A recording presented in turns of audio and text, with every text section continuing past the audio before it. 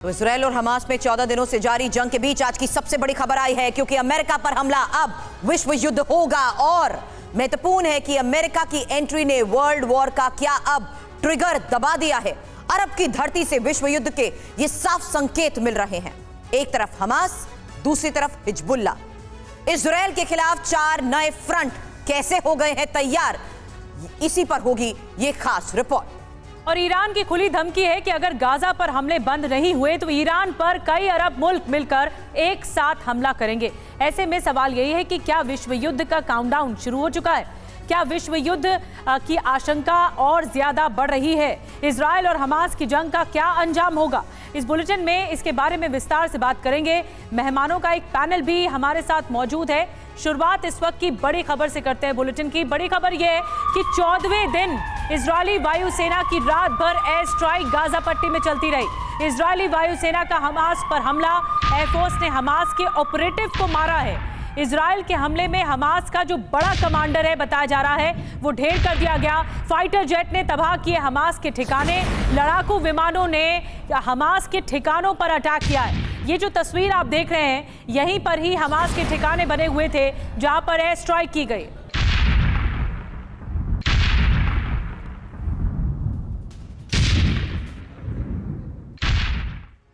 Israel के तुलकर्म में Hamas का हमला, जहां नूर शम्स कैंप में रॉकेट हमले के बाद के धमाके की तस्वीर देखिए।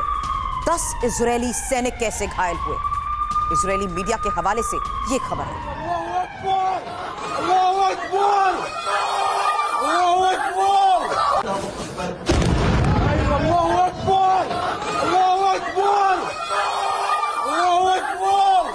और एक और ब्रेकिंग न्यूज, हिजबुल्ला का इजरायली ठिकानों पर हमला। अल अबाद में इजरायली सैनिकों पर हमला किया गया है। एंटी टैंक हथियार से भीषण अटैक किया गया है। हमले में इजरायल को भारी नुकसान होने का दावा भी है।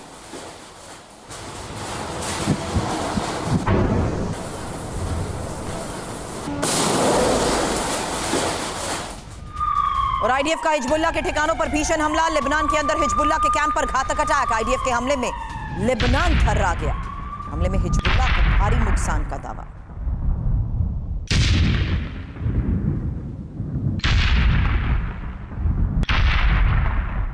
और एक और ब्रेकिंग न्यूज, यरूशलेम में फिलिस्तीन इजरायल में टकराव हो गया है। हेब्रोन शहर में दोनों पक्षों के बीच फायरिंग हो गई है। फिलिस्तीनी युवाओं ने फायरिंग की है। इजरायल सेना पर फिलिस्तीनी युवाओं का हमला। जंग के बीच यरूशलेम में बड़ा टकराव देखने को मिला है। और टकराव भी ऐसा कि पत्थरबाजी तक हो गई इस इलाके में। फिलिस्तीन इजरायल जंग के बीच यरूशलेम का हाल हम आपको दिखा रहे हैं। देखिए, दोनों ओर से पत्थरबाजी हो रही है। गाड़ियों को नुकसान पहुंचाया जा रहा है। जो सैन्य गाड़ियां यहां पर मौजूद हैं उन पर पत्थरबाजी की जा रही है। और एक और ब्रेकिंग न्यूज है, इजरायल के खिलाफ हमास की बड़ी तैयारी देखने को मिल रही है। अगले 72 घंटे में इजरायल पर बड़ा अटैक होने की तैयारी है। कई ठिकानों पर हमला कर सकता है हमास।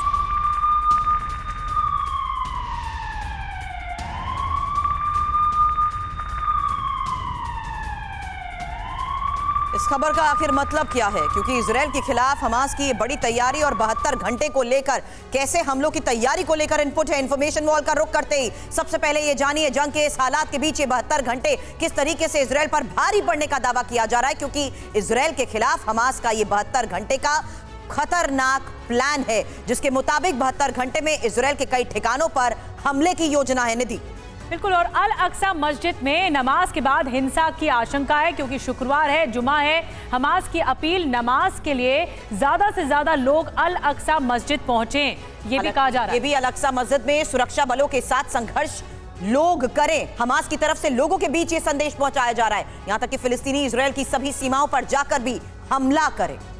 रविवार को दुनिया के सभी देश गाजा के समर्थन में रैली निकालें, ये भी कहा जा रहा है। हमास की तरफ से ललकारा जा रहा है बार बार इजरायल की सेना को। तो हमास जिस तरीके से 72 घंटे के तहत इस प्लान को लेकर बड़ी तैयारी के साथ लोगों के बीच ये जो संदेश पहुंचा रहा है, इस बारे में चर्चा के लिए खास एक्सपर्ट्स हमारे साथ हैं। रक्षा विशेषज्ञ के तौर पर डॉक्टर पीके घोष सर हमारे साथ हैं, ब्रिगेडियर रिटायर्ड शरदेंदु सर रक्षा विशेषज्ञ के तौर हमारे साथ हैं, और प्रोफेसर अमिताभ सिंह विदेश मामलों के जानकार हमारे साथ हैं। अमिताभ सर, हमास का लोगों के बीच ये संदेश और 72 घंटे का ये प्लान क्या संकेत देता है? देखिए, हमास 72 घंटे में क्या करेगा, इजराइल 72 घंटे में क्या करेगा, वो तो एक वॉर का सिचुएशन है ही, और इसको कभी डिनाई नहीं किया सकता है कि इजराइल इनको बख्शेगा नहीं, खासकर हमास के, और जो नॉर्थ गजा का उन्होंने खाली कराने की कोशिश की है। आज जुम्मे का दिन है, पूरे अरब वर्ल्ड में आज छुट्टी होगी, सब जगह आज सेंट्रली नमाज पढ़े जाएंगे, और उस समय जो गैदरिंग होगी वो सबसे रिएक्शनरी होगा इस मूवमेंट का। पिछले वीक हमने देखा शुक्रवार को इजराइल ने अल-अक्सा मॉस्क पे सिर्फ 60 ईयर से ऊपर लोगों को अलाउ किया था। इस बार शायद ज़्यादा लोग आएँ और वहाँ पर हिंसा होगी, और सिर्फ यरूशलेम में ही नहीं, पूरे अरब वर्ल्ड में हिंसा होगी। और जो जिस तरह से रिएक्शन आ रहे हैं पूरे वर्ल्ड में, हमास इस समय जो भी करेगा उसको नज़रअंदाज कर दिया जाएगा, जितनी भी जाति करें। अभी सारा ध्यान पूरी तरह से इजरायली सेना पे है, और वो किस तरह इंटरवीन करती है। देखिए, ह्यूमैनिटेरियन क्राइसिस है, चारों तरफ से उनको बंद कर दिया गया है ऐसे में, और ये पहली बार नहीं है। 2007, 2014, 2021 और अब 2023, 2014 में भी 3000 लोग मरे थे, 11,000 घरों को तोड़ा गया था। अमिताभ जी, पास्ट में ही देखा गया है कि किस तरह से जुमे के दिन या शुक्रवार के दिन इस तरह की आशंकाएं बढ़ जाती है, क्योंकि बड़ी तादाद में, हजारों की तादाद में लोग नमाज अदा करने निकलते हैं, और हमास ने धमका भी दिया है। मैं आऊंगी बाकी मेहमानों के पास। एक बड़ी खबर जल्दी से बता दें, हमास ने आईडीएफ को धमकी देते हुए जारी किया है वीडियो। हमास का अल कुद्स ब्रिगेड आईडीएफ पर हमले के लिए तैयार है। इजराइल के ग्राउंड ऑपरेशन को कड़ी चुनौती दी गई है। इजरायली रक्षा मंत्री के बयान के बाद हमास ने यह वीडियो जारी किया है।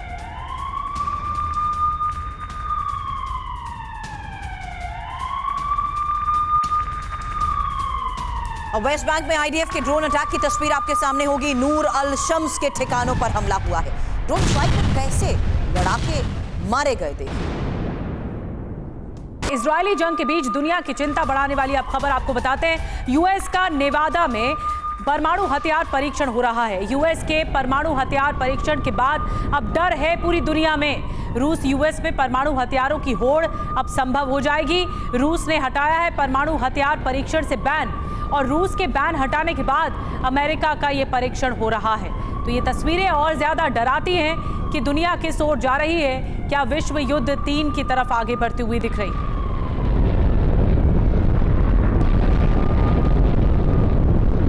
एक्सपर्ट्स के साथ इस बारे में चिंता भी करेंगे और ये समझेंगे कि ये आखिर खबर कैसे चिंता और ज्यादा बढ़ा देती है। अलग अलग पहलुओं पर चर्चा करने से पहले इजराइल जंग के बीच परमाणु खतरे को लेकर ये डिटेल जानकारी आपके सामने, क्योंकि सबसे पहले जानिए आखिर हुआ क्या।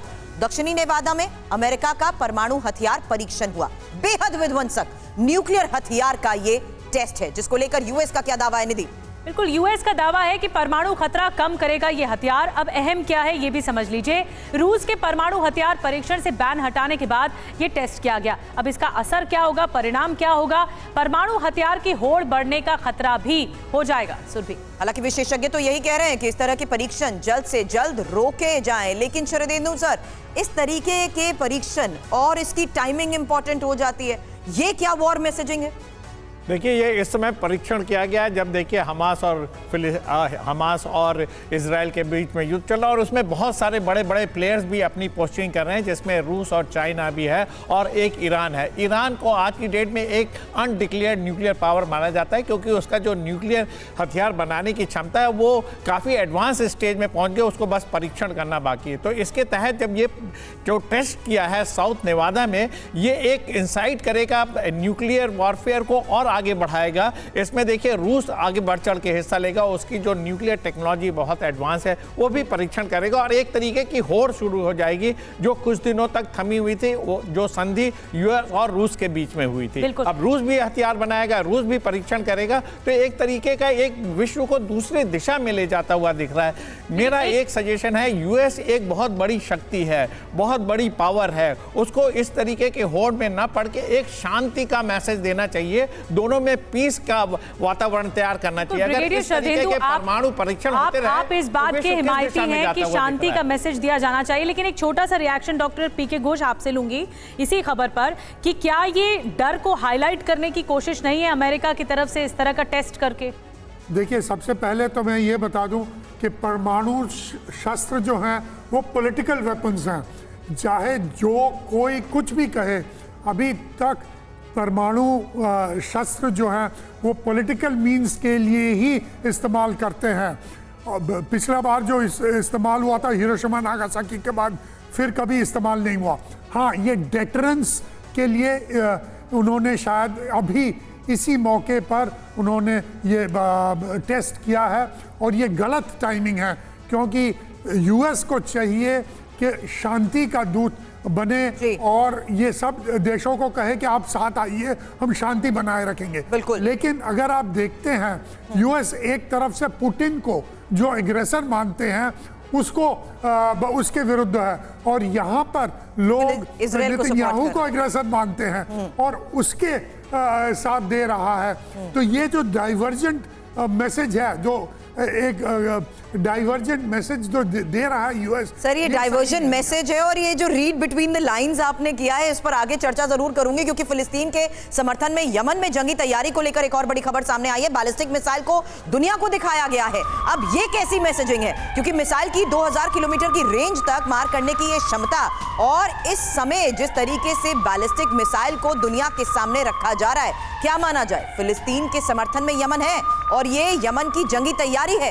हालांकि ये तस्वीरें आपके सामने, जहां देखिए फिलिस्तीन के समर्थन में यमन का ये युद्ध घोष है। और एक और ब्रेकिंग न्यूज आपको बता दें, इजराइल जंग के बीच बहुत बड़ी खबर है। जंग में अमेरिका की सीधी एंट्री, यमन की तरफ से दागी गई मिसाइल, कई ड्रोन से भी किए गए हमले, अमेरिकी युद्धपोत ने सभी मिसाइल मार गिराए। ये तस्वीरें जो आपने देखी है, मैं चाहूंगी प्रोफेसर अमिताभ सर कुछ इन्फॉर्मेशन के बाद आप इस पर जरूर कमेंट करिए, क्योंकि इजराइल के खिलाफ जिस तरीके से अलग अलग फ्रंट को लेकर हम चर्चा कर रहे हैं, आज ये बड़ी खबर है कि अमेरिका की भी जंग में एंट्री, वो इसलिए क्योंकि हमास लेबनान के बाद जंग में अब यमन की ये एंट्री को लेकर बड़ी खबर आई है, जहां यमन से हुती लड़ाकों ने इजराइल पर मिसाइल दागी है। निधि, बिल्कुल, इजराइल पर यमन से कई ड्रोन से भी हमले किए गए हैं। लाल सागर में मौजूद अमेरिकी करने युद्धपोत का एक्शन देखने को मिला।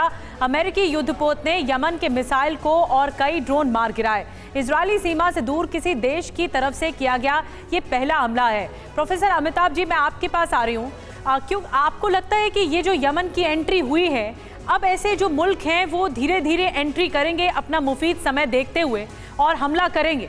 ये तो ऐसी बात हो गई कि विश्व युद्ध हो चुका है, ये मुल्कों में छिड़ चुका है, कई प्रोटेस्ट भी हम देख रहे हैं इस बीच। देखिए, ये ऐसे समय में हम खड़े हैं जो 1914 के पहले पूरा यूरोप खड़ा था, जब वॉर टेंशन्स बहुत ज़्यादा थी। अभी आप दिखा रहे हैं यमन के हूती रेबल्स को कौन सपोर्ट करता है? ईरान। लेबनान में हिजबुल्लाह को कौन सपोर्ट करता है? ईरान। और ये दोनों डायरेक्टली सपोर्टेड बाय ईरान है। और लेबनान का जो हिजबुल्लाह है उसके पास बहुत घातक शस्त्र हैं, अगर वो मैदान में उतर जाता है तो। अभी थोड़ी देर पहले आप बता रही थी न्यूक्लियर वेपन्स के बारे में।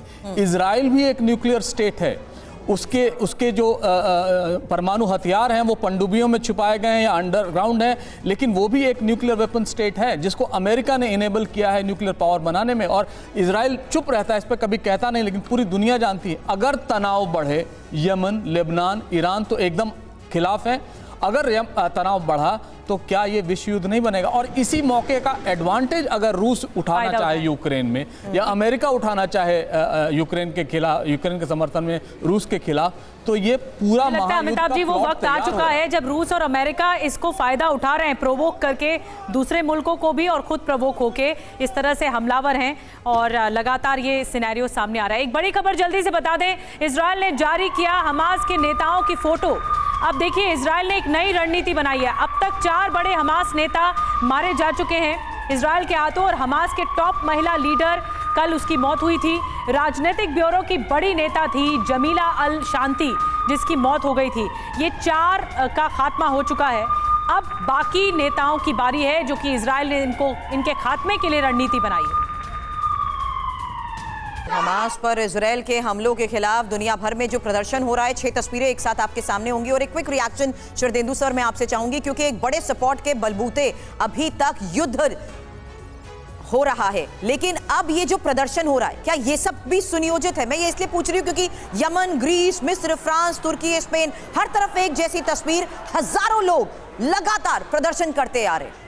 देखिए, इस तरीके का प्रदर्शन होना लाजमी जब भी मानवता पे ह्यूमैनिटेरियन राइट्स और ह्यूमन इश्यूज इन्वॉल्व होंगे और उसका कहीं वायलेशन दिखेगा तो इस तरीके का प्रोटेस्ट होना लाजमी है। और ये यूथ इन सब मामलों में बहुत सेंसिटिव है। आज का यूथ जो देखता है वो क्लासलेस सोसाइटी और uniform education system and same medical treatment, इस तरीके की बातें सोचता है। और जहाँ भी वो ह्यूमैनिटेरियन राइट्स का वायलेशन देखता है, इस तरीके के प्रदर्शन होते हैं। देखिए, ईस्ट हो वेस्ट हो, हर जगह प्रदर्शन हो रहे हैं। वजह उसकी थी कि अस्पताल पे जिस तरीके से अटैक हुआ, जितने सिविल नागरिक मारे गए, उसका एक प्रोटेस्ट है। इसी तरीके देखिए, चर्च पे एक हमला हुआ है। लेकिन ये भी ध्यान रखना होगा कि ये हमास के लड़ाके ऐसी जगह पे अपने हेडक्वार्टर्स बनाते हैं, अपने को वहाँ से ऑपरेट करते हैं। लिहाजा इजराइल का उनको स्ट्राइक करना है, उनको बर्बाद करना टू सम एक्सटेंट जायज है, लेकिन सिविल जान मान को नुकसान नहीं पहुँचा सकते हैं। बिल्कुल ब्रिगेडियर शरदेंदु, ये तस्वीरें इसीलिए भी हम दिखा रहे हैं ताकि ये लोग समझ रहे हैं कि दुनिया खेमों में बंटती जा रही है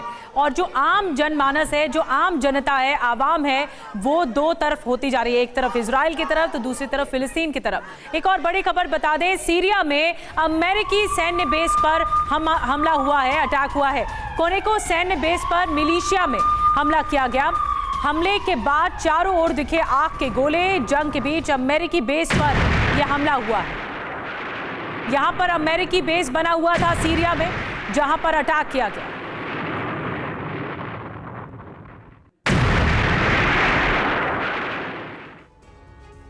तो इजराइल और हमास की जंग के बीच 2 दिन में 2 बार अमेरिकी सैन्य ठिकानों को टारगेट किया गया है। कल इराक में अमेरिकी बेस पर हमला हुआ था, तस्वीर आपके सामने है। और इराक में आपको बता दें, अमेरिका की तरफ से 500 से ज्यादा डिक्लेयर्ड बेस तो हैं, लेकिन इराक में, सीरिया में अगर बात करें तो 28 ऐसे बेस हैं। लेकिन अब अगर इन बेस को भी टारगेट पर लिया जा रहा है तो क्या हालात और ज्यादा विध्वंसक हो जाएंगे, क्योंकि 4 दिन में 2 देशों में अमेरिकी बेस पर हमले को लेकर यह सबसे बड़ी खबर सामने आई है।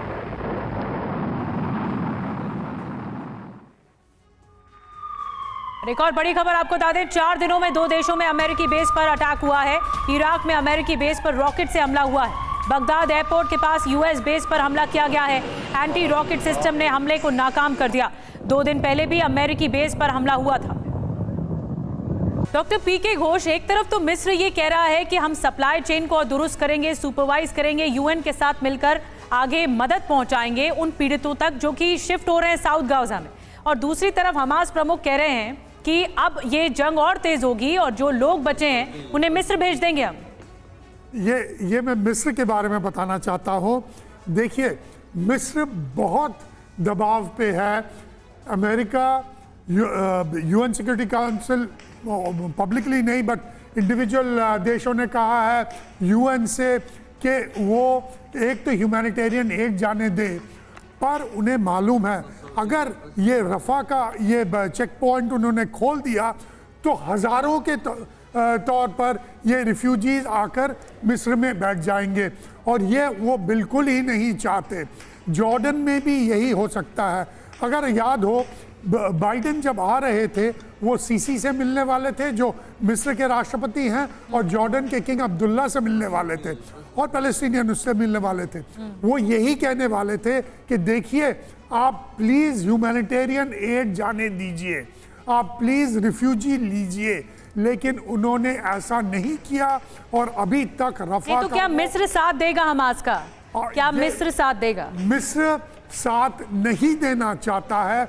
उन्होंने इंटेलिजेंस सबसे पहले इजराइल को दिया था, वो हादसा के पहले, लेकिन ऐसा हो रहा है कि उन्हें साथ शायद देना ही पड़े, क्योंकि ह्यूमैनिटेरियन क्राइसिस जो है वो बढ़ता जा रहा है। बिल्कुल, और इसका कोई आगे रास्ता। और हमले की तस्वीरें भी लगातार हम दिखा रहे हैं, किस तरीके से स्कूल्स को टारगेट किया गया, हॉस्पिटल्स को टारगेट किया गया। इजराइल मिस्र बॉर्डर पर आईडीएफ के टैंक तैनात कर दिए गए हैं। जंग के बाद बॉर्डर इलाके में सन्नाटा पसरा हुआ है। इजराइल ने खाली कराए हैं बॉर्डर का ये पूरा इलाका, और जहां तक आप देखेंगे सुनसान इलाका नजर आ रहा है। गांव पर हमास के हमले का अब डर है। इजराइल मिस्र बॉर्डर से TV9 की रिपोर्ट सामने आई है। इस समय मौजूद हूँ इजराइल और इजिप्ट के बॉर्डर पर। अगर आप देखें, ये बॉर्डर के पास के वो इलाके हैं जो पूरी तरीके से खाली करा दिए गए हैं। हालांकि मैं आपको बताऊं कि इजिप्ट और इजराइल के बॉर्डर पर ऐसा कुछ भी नहीं है, लेकिन फिर भी एहतियात के तौर पर इजराइल ने सारे बॉर्डर्स एरिया खाली करा दिए गए हैं। और अगर आप देखें तो आपको यहाँ पर सिर्फ और सिर्फ कुछ चीज़ें नज़र आ जाएंगी, यानी जो मूलभूत चीज़ें हैं उनको यहाँ पर रखा गया है। बाकी सारे इलाके इस समय खाली करा दिए गए हैं। और मेरे आगे कैमरा पर्सन निशांत आपको ये दिखाने की कोशिश कर रहे हैं कि आखिरकार इस समय के यहाँ ताज़ा हालात कैसे हैं। देखिए, इजराइल और गाज़ा पट्टी पर ही जंग नहीं हो रही, लगातार जिस तरीके से माहौल बदल रहा है इसको लेकर इजराइल बहुत ज़्यादा सतर्क है। ना सिर्फ लेबनान बॉर्डर पर सीरिया के साथ बल्कि इजिप्ट के बॉर्डर के आसपास भी यहाँ शांति है, लेकिन कहा जा रहा है कि इस जगह कभी भी हालात बदल सकते हैं। और TV9 भारतवर्ष आपको इन इलाकों में लेकर आया है ये दिखाने के लिए कि अभी इस समय के ताज़ा हालात किस तरीके के हैं। और बहरीन में इजरायली दूतावास पर हमले की तस्वीर देखिए, जहां फिलिस्तीनी समर्थकों ने यह हमला किया है। हजारों की संख्या में प्रदर्शनकारी यहां भी नजर आए और ये हमले की तस्वीर, इजरायली दूतावास पर बॉम्ब दागे गए। इतना ही नहीं, प्रदर्शनकारियों ने दूतावास पर आग के गोले फेंके।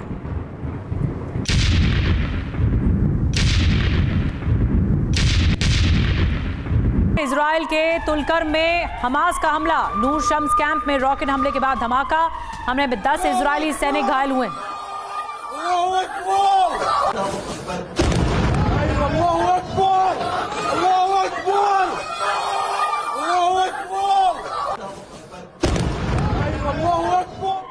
और अब इजरायली शहरों पर हमास का रॉकेट अटैक देखिए। लेबनान से उतरी इजराइल पर ये मिसाइल दागी गई। 9 मंजिला इमारत पर रॉकेट अटैक हुआ। बच्चे समेत 3 लोगों के घायल होने की भी खबर आ रही है। अमिताभ सर, आप थोड़ी देर पहले कुछ ऐड ऑन करना चाहते थे हालात को देखते हुए, लेकिन हमास ने भी अब रॉकेट अटैक की जिम्मेदारी लेते हुए ये तस्वीरें जारी कर बड़े दावे कर दिए नुकसान पहुंचाने के। अमिताभ सर, देखिए, जो नॉर्दर्न गजा है उसके लोगों को साउथ गजा में भेजा गया है और ये पुश किया जा रहा है इजरायली इजिप्शियन बॉर्डर की तरफ। वहाँ प्रॉब्लम क्या है कि अगर रफा बॉर्डर खोल दिया जाता है या इजिप्ट लोगों को आने देता है तो ये परमानेंट नॉर्दर्न गजा जो है, जहाँ टनल्स हैं और बहुत हमास के लड़ाके हैं, उनको परमानेंट कैप्चर करके इजराइल फिर अपने इसमें मिला लेगा और वहां सेटलमेंट बना देगा। पूरा अरब वर्ल्ड ये जानता है। इसीलिए, और दूसरी बात सबसे इंपॉर्टेंट है, हमास जो है वो मुस्लिम ब्रदरहुड का पार्ट है, जो एक पॉलिटिकल पार्टी है इजिप्ट में, जिसके खिलाफ है वहां के शासक। और ये चुन के भी 2011 में सत्ता में आए थे, बाद में मिलिट्री coup बड़ी हुआ। बात आपने अमिताभ सर ये कही कि अब ये कोशिश है कि जो दुनिया भर के मुल्क हैं वो गोलबंदी कर रहे हैं कुछ इजराइल के खिलाफ, और अब फिलिस्तीन का समर्थन बढ़ता हुआ देख रहे हैं, जो तस्वीरें लगातार सामने आई हैं।